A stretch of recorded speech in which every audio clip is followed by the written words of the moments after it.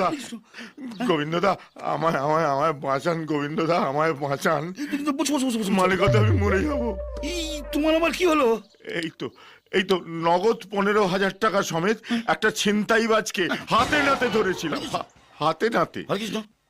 আপনি তো জানেন আমি ডায়াবেটিক, হরে কৃষ্ণ। মানে কথা ঘন ঘন পায়। হরে কৃষ্ণ। হ্যাঁ, তো সবে ওকে দাঁড় করিয়ে সবে শুরু করেছি, হরে কৃষ্ণ।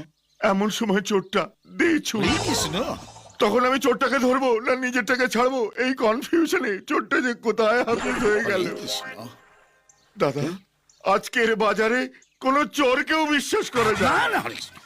এদিকে এদিকে আমার থানার বড়বাবু কি বলেছে জানেন? কি বলেছে? মানে কথা, আমি নাকি 15,000 টাকা ঝেড়ে দিয়ে চোরটাকে ছেড়ে দিয়েছি। হরে কৃষ্ণ। আপনি বলুন দাদা, আমায় দেখে আপনার এরকম মনে হয়? না না, তুমি এদিক ওদিক থেকে টুকটাক নাও বটে, তবে চোরের কাছ থেকে হরে কৃষ্ণ হরে কৃষ্ণ।